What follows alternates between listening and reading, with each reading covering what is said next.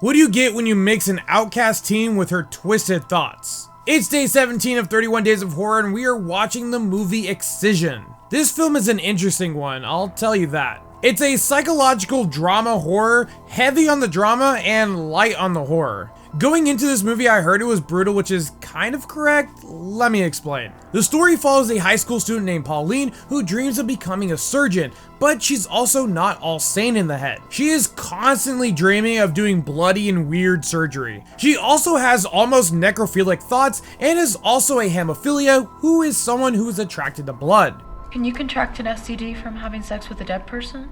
This movie is only bloody when we see her dreams and her thoughts. If you edited all that out, then you just turned this movie into a teen angst film about a weird, awkward girl who has a horrible home life. This is like a bad version of American Mary. Also, apparently this is supposed to be a comedy horror, but I think they forgot the comedy part. It's more so that weird WTF jokes that make you kind of like laugh because it's like more awkward than actually funny. Some may say this movie is dark humor, and I like dark humor. It's not that. Also, why is this indie horror movie cast fully stacked of known actors in the smallest roles? You have Matthew Gubler, best known for Criminal Minds, the voice of Hercules himself, Roger Bart, the legend himself, Malcolm McDowell, the dude who's in like every horror flick, Ray Wise, and the other dude who's in all those weird art house horror movies, John Waters. During the film, they really lean on the fact that Pauline wants to be a surgeon, but she also really hates school. Which is kind of weird because if she hyperfixates on wanting to be a surgeon, then she should know that being good in school and doing well will get you to where you want to be, aka being a surgeon.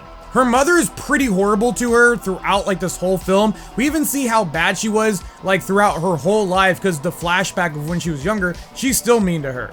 The film really isn't violent itself. I mean, her dreams are pretty bloody, but they're not violent. Like most of her dream scenes just seem like they're trying to be edgy just to be edgy. But there's nothing really extreme other than the very last scene, which is the only violent part of this whole movie. The cinematography is also really dry and boring. It almost feels like I'm watching a music video, especially her dream sequences. Our lead isn't really appealing at all, and while you are kinda interested to see where this movie will take you, the ending is really predictable and it kinda just falls flat. This movie doesn't really do anything new, nor does it really tell an interesting story for me to want to come back to this. It would have been better if at least the visuals or the story or it was more violent. At least that would have grabbed my attention more. A scare meter gets a 0 out of 10. On a bloody meter, I would say like a 4 or a 5 just because her dream sequences.